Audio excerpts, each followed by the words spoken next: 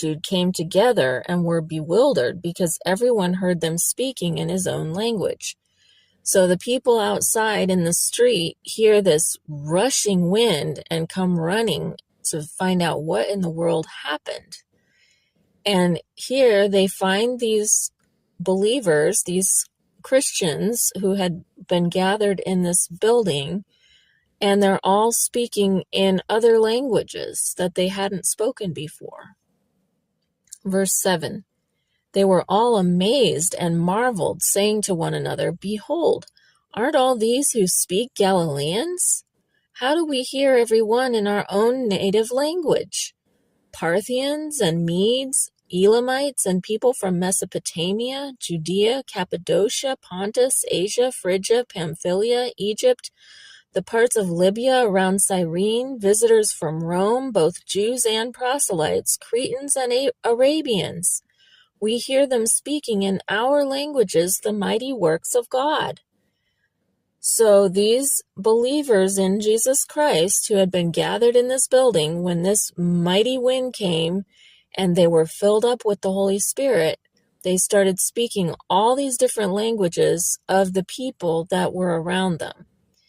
And the people around them were hearing not just anything. They weren't just babbling off laundry lists or their to-do list. They were speaking about the mighty works of God. They were telling them about Jesus and about things that God had done in their own native languages, which they had never learned, never studied. Verse 12, they were all amazed and were perplexed, saying to one another, "What does this mean?"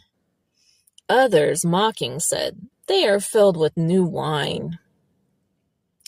So some people, of course, as they do today, chalked it up to them being crazy or them being drunk. However, do you suddenly know how to speak other languages if you are drunk? You might babble, but do you babble in a language you've never learned? Verse 14, but Peter, standing up with the 11, lifted up his voice and spoke out to them. "You men of Judea and all you who dwell at Jerusalem, let this be known to you and listen to my words. For these aren't drunken, as you suppose, seeing it is only the 3rd hour of the day. But this is what had been spoken through the prophet Joel." So Peter was explaining, Peter was one of the followers of Jesus, the very first followers of Jesus, one of the first